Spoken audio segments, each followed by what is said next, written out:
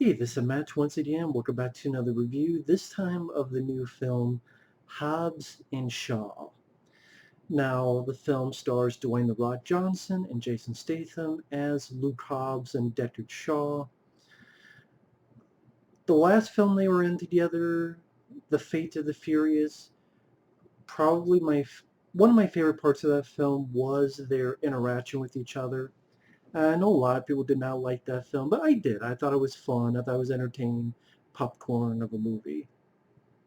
So we get to this film, and they have to team up to stop these bad guys who want Jason Statham's sister, and something to do with a virus that gets let out and kill the world.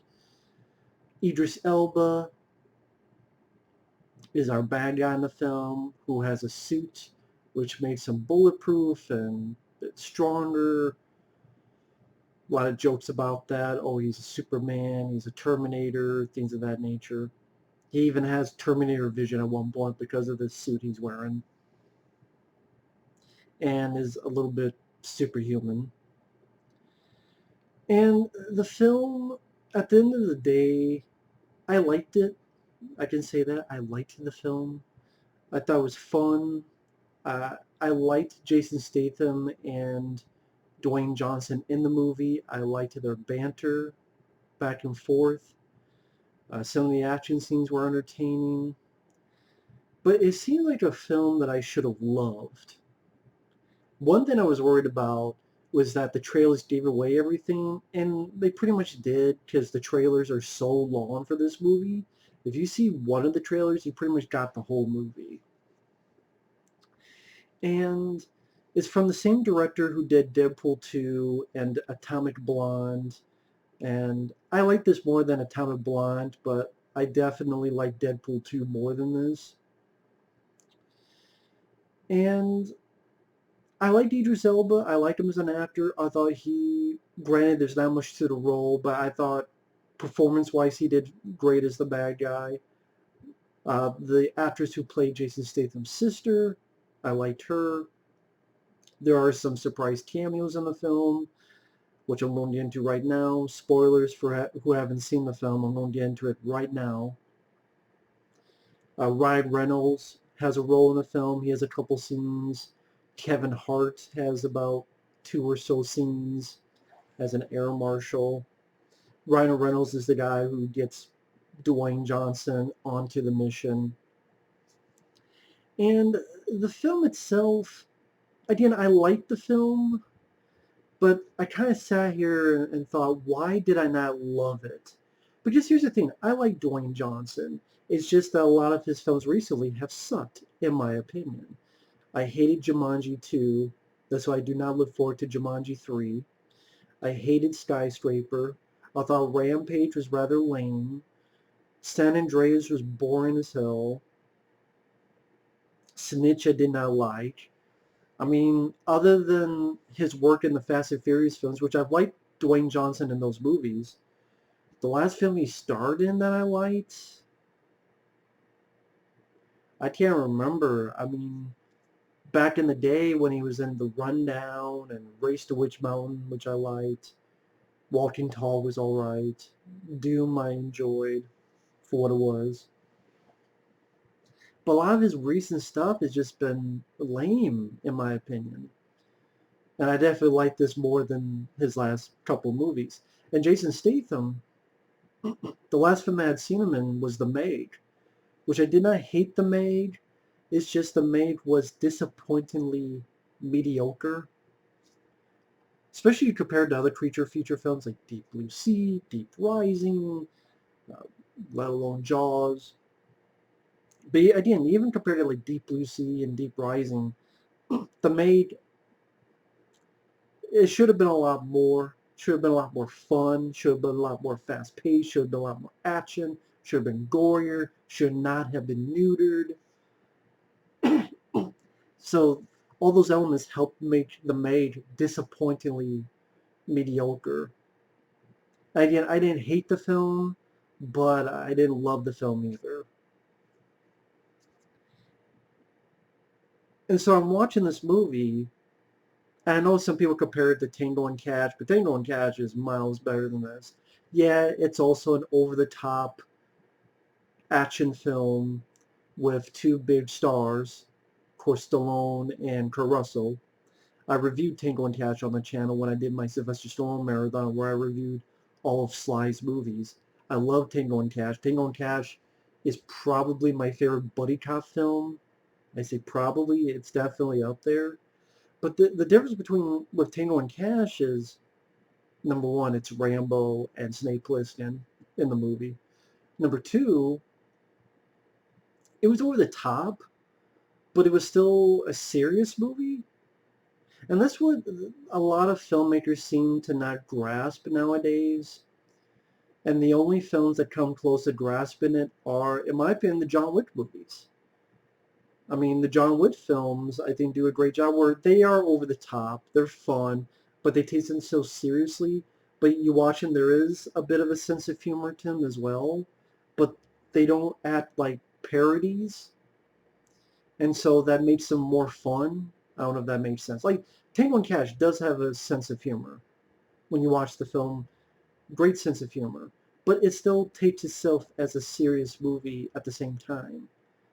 I'm not sure that made... Plus, it's rated R, practical, balls to the wall action. While here, I think some of the problems... You go into Hobbs and Shaw, you're not going to get much of an interesting story, and you don't. How the story kind of reminds you of multiple films dealing with a virus. They got to stop the bad guys, the virus will kill everyone. Superficial is kind of what the word that comes to mind with this movie. Is where you have a lot of CGs, you have some bad CGI, and you do have some practical fights, but I enjoyed them, but none of them came close to anything in John Wick Chapter 3, which came out the same time this year. I find it funny that the two of these directors, one who did John Wick 3, one who did this film, they both did the first John Wick, and then they split off. And maybe this was outside of the director's wheelhouse, because I would think usually, yeah, there were some CG battles in Deadpool 2, but there's a lot more CG in this movie. Maybe that was, again, outside of David Leitch's wheelhouse. Maybe the script needed a few tune-ups. Maybe, part of me wishes, I knew it would never be rated R, but at the same time I'm thinking this should have been rated R. I think rated R would have helped. Also, like the effects, I knock on them because not too long ago we had Mission Impossible Fallout. And Mission Impossible Fallout, you look at the real practical stunt work in that, which are amazing. The whole helicopter sequence at the end of that film is mind-blowing. And that's Tom Cruise. That's not Statham and The Rock. It's Tom Cruise. And I'm sorry, Tom Cruise outshowed Jason Statham and The Rock, which is kind of sad and pathetic when you think about it. I mean, Mission Impossible Fallout, you compare it to, say, that film, that had more of an interesting story, and better action sequences. Well, the story, you don't give a fuck about. And the action scenes are fine, but just fine. This is one of those movies, again, that was just, it was fun and it was fine. But the reason it was fun is because it starred The Rock and Jason Statham, and I like their banter together. But even that, when it got 3/4 in, it kind of got repetitive.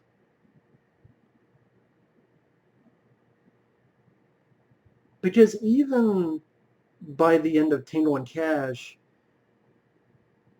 or Lethal Weapon, or Showdown Little Tokyo, or I Come in Peace, which is a buddy cop film with Dolph Lundgren and Brian Benben, or Split Second with Rutger Hauer and Neil Duncan, you saw an actual change in the characters' relationship, at least somewhat, one or the other. But here, there was no change. They were pretty much the same beginning as they were at the end. So I know it seems like I'm knocking the film a lot because because the positives are superficial positives where it was big, dumb. There's, I like the way they structure the beginning of the film where it's side by side. So on one side is The Rock and the other side is Jason Statham, and see them both wake up, both of their routines, both of them doing this in a split screen, what they're doing at the same time, both get into different types of fights, interspersed between one and the other. And I like those aspects when they do that throughout the film. Again, I like Statham and The Rock's performances. I do think they have good chemistry. Part of me wishes that they would have not have done a Hobbs and Shaw film if they just done a separate R-rated film with a director like Rennie Harlan or something. Like one that was, you didn't have to cut down the testosterone because of the PG-13. I know people would be like, well, wait a minute, you did not like the over-the-topness of Fast and Furious 7, but you're all right with it in this. I think that's because Fast and Furious 7, as a film itself, there were a lot more problems that were baiting me on the head because Paul Walker died, so they had to change stuff, and you could tell. So a lot of stuff amplified and made me annoyed on the over-topness of the other sequences. Or maybe because I like Vin Diesel and Paul Walker, but Statham, The Rock, they're definitely a bigger team, especially for potentialness. But it's one of those things where it's hard for me to explain. That's why it's hard to do this review. Because, again, I liked the film. Sat there, had fun, but I don't see this being a film I would rewatch much in the future. Like, I would put The Rundown with The Rock above this. I would put Crank 1 and 2 and Transporter 1 and 2 above this. The Transporter 1 and 2 are PG-13. But even with those PG-13s, Transporter 1 and 2, The Rundown I don't think was rated R. I think that was PG-13 as well. I could be wrong. I still felt a bit of the oomph in those movies, and I can't explain why.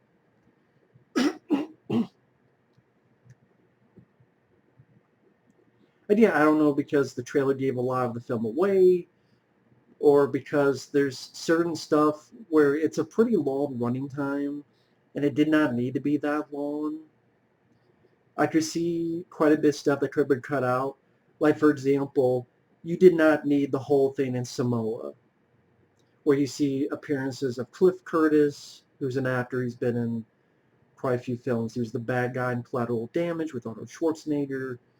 He was in Live Free or Die Hard. I think he was in The Maid with Jason Statham.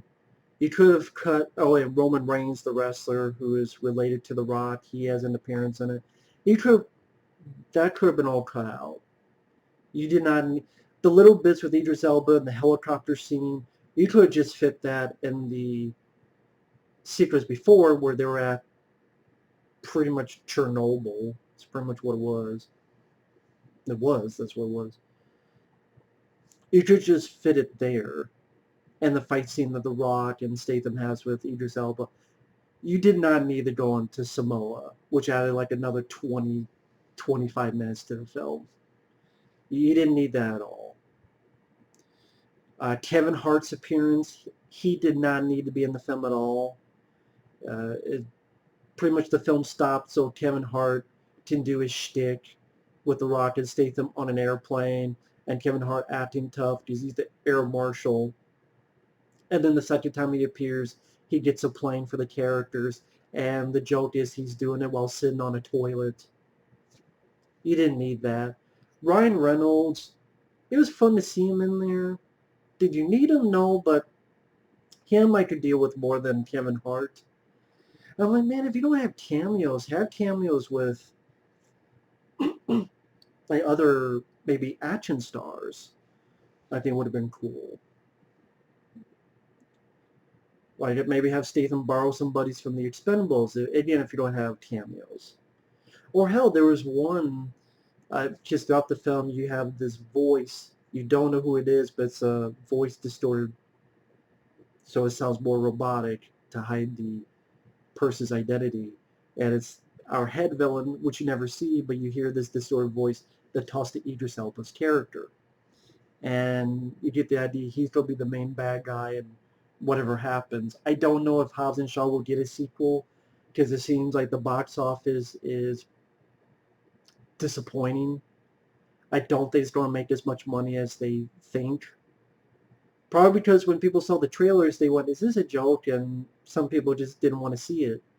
I do think people would have appreciated just a balls-out, R-rated, kick-ass film if you don't go the over-the-top way, or maybe more into the Mission Impossible Fallout way.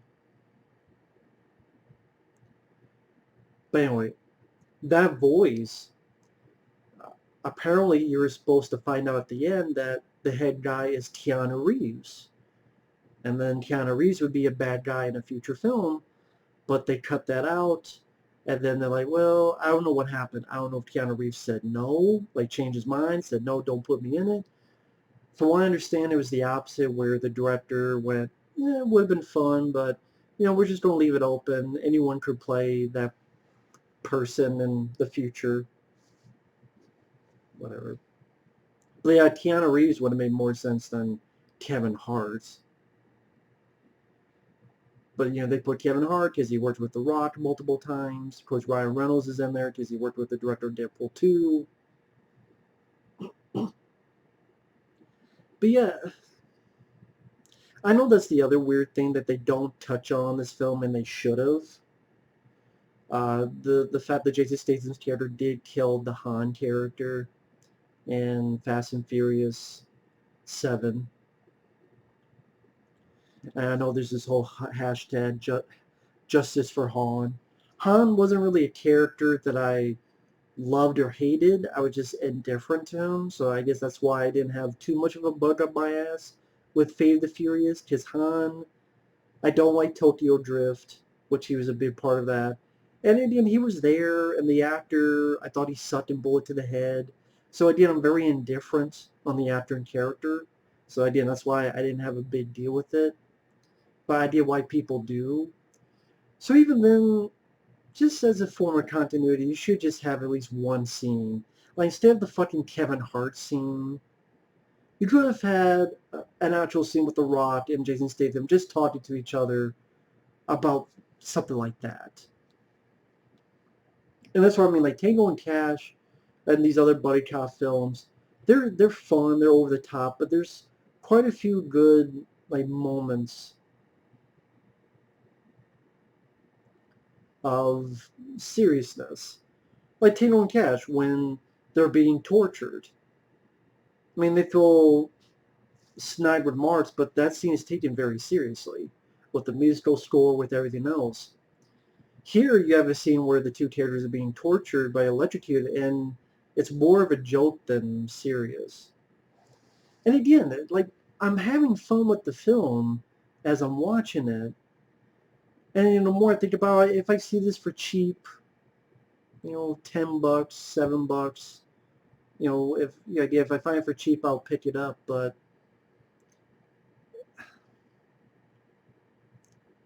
again, if it feels more parody than I think it should have been. It feels more superficial than I think it should have been. And whether maybe some editing of sequences, maybe trying to take certain parts a bit more seriously, maybe adding a more testosterone-fueled charge to the action scenes, Like even Transporter 1 and 2 did that with PG-13, or jump to the R rating, maybe less on the CGI and do stuff much more practical and really get the oomph on it.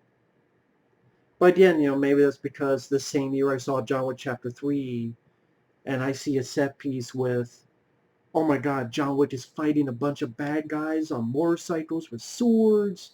And oh my god, they're having a knife fight where they're just throwing knives at each other and he slowly pushes a knife into a guy's eyeball. Holy shit, there's a badass scene with these dogs, and nothing in this movie comes close to that. And this movie cost like 3 times as much, at least. And you're like, maybe they should have been more inventive with the action scene. Maybe they should have been more inventive with the, I don't know, just, I hate to say it, but it seems like someone almost got lazy, whether the director or screenplay level. People are like, are you sure this isn't a rant? No, it's not a rant. It's just, when I first heard about this film, I thought of the possibilities, and if I were to say I wasn't disappointed, I would be lying. But rant, when I do a rant on a movie, it's more towards a film that I really despised or really made me angry. This film did not make me angry at all. There's nothing in this film I despise. It's just a film that, again, based on the two leads, the chemistry they had with each other, the fun they had busting each other's balls, fucking with each other, uh, the the movie doesn't go too long without having an action sequence take place. So how other people enjoy the Transformer movies, maybe that's how I enjoy this movie, is a mindless, dumb, fun, spectacle flick with two leads I enjoy and another actor I enjoy, Idris Elba as the bad guy. But yeah, it does have a lot of issues and problems where I could see why critics would denounce, I just see why the film may not do as well as the box office as probably the studio hoped it would. And I do think they should have learned from other movies. Well, I know John Wick 3 had not been out, but watch John Wick 1 and 2, watch Mission Impossible Fallout, watch some of these other films and learn a thing or two. Or like, you know what? If we really want to stand on our own 2 feet, let's go balls to the wall, practical. Let's not do CGI. Let's do practical balls to the wall 80s style R-rated blood squibs. Let's go for broke on that aspect. Or, I don't know, it's just, I do think it's worth a watch if you're a fan of Statham. I do think it's worth a watch if you're a fan of The Rock. I like these two guys. It's definitely better than stuff they've done in the past couple of years. But while it was fun, and it would be in my favorite films year, but it'd be pretty low down on the list. Like I would say John Wick 3 is much better than this. I would even put the Child's Play reboot and Crawl over this. Again, it's one of those things that I enjoyed it on a superficial level, but there's a lot to be desired, if that makes sense. Maybe not, but that's the best I can put it. The soundtrack, the song choices I didn't really care for. There's not one song in the movie that stuck out to me that I really enjoyed. Again, the fight scenes were pretty decent. I like the fight scene where Statham and The Rock have to team up together to fight Idris Elba. That was a 2-on-1 fight I actually did enjoy, because usually I'm like, iffy on that, but I like the way they did it in this. Again, the actress who played Jason Statham's sister, she did a good job. Some of the humor, again, the banter between the two, which I'm not going to give away, that's why I haven't said much about that aspect. I'm not going to give the lines of dialogue or what they say away. But I did think that stuff was fun, and that's what kept me watching. The two actors and what action scene was going to happen next. But maybe when as you're watching and you get to the third act, you're a bit desensitized or a bit, what's the word I'm looking for? Burned out. You just, want the movie to, again, there's at least 20, at least 20 some minutes I could see cutting out easily. Again, all of Kevin Hart's stuff, the stuff in the Samoa, you didn't need any of that. When The Rock, I thought it was silly in the trailer when The Rock's like with his shirt off and they're doing this native thing. You didn't need that stuff. That's what I mean. Like, I know a friend of mine, Efrey, when he saw the trailer, he despised it. I can see why. I didn't despise it, but I get his point of view because you don't need The Rock. Whatever the fuck he was. You didn't need this. People did not want to see a parody. They wanted to see a kick-ass action movie.